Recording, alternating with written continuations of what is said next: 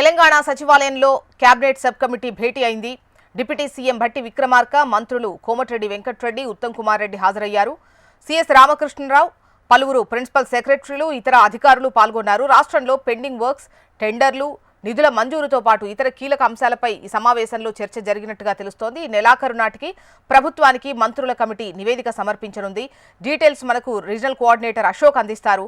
అశోక్, జోష్న సచివాలయంలో cabinet sub committee chairman అయినటువంటి భట్టి విక్రమార్క ఆధ్వర్యంలో ప్రస్తుతం సమావేశం మొదలైంది. దీనికి మంత్రులు కోమటిరెడ్డి వెంకటరెడ్డి, ఉత్తమ్ కుమార్ రెడ్డితో పాటు సిఎస్ రామకృష్ణారావు, అలాగే ఫైనాన్స్ ప్రిన్సిపల్ సెక్రటరీతో పాటు మిగతా ప్రిన్సిపల్ సెక్రటరీ, ఉన్నతాధికారులు కూడా పాల్గొన్నారు.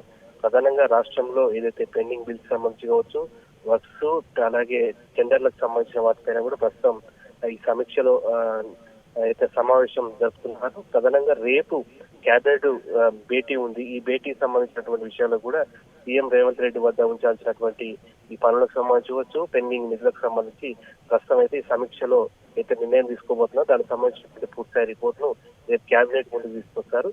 అయితే మనం చూస్తున్నాం రాష్ట్ర వ్యాప్తంగా చాలా మంది కాంట్రాక్టులకు సంబంధించినటువంటి బిల్లులు పెండింగ్ ఉన్నాయి. ఈ నేపథ్యంలో దాదాపు 1000 కోట్ల రూపాయలకు సంబంధించిన వాటిపైన కూడా క్లియరెన్స్ ఇచ్చే విషయంలో ఇవాళ కీలక సమావేశం జరుగుతుంది. ఈ సమావేశంలో అధికారులు ఇచ్చినటువంటి నివేదిక ఆధారంగా రేపు కేబినెట్ ముందుకు డిప్యూటీ సీఎం ఆధ్వర్యంలో ఒక రిపోర్ట్ ఇస్తారు. దానికి సంబంధించి అప్రూవల్ గా జరుగుతుంది.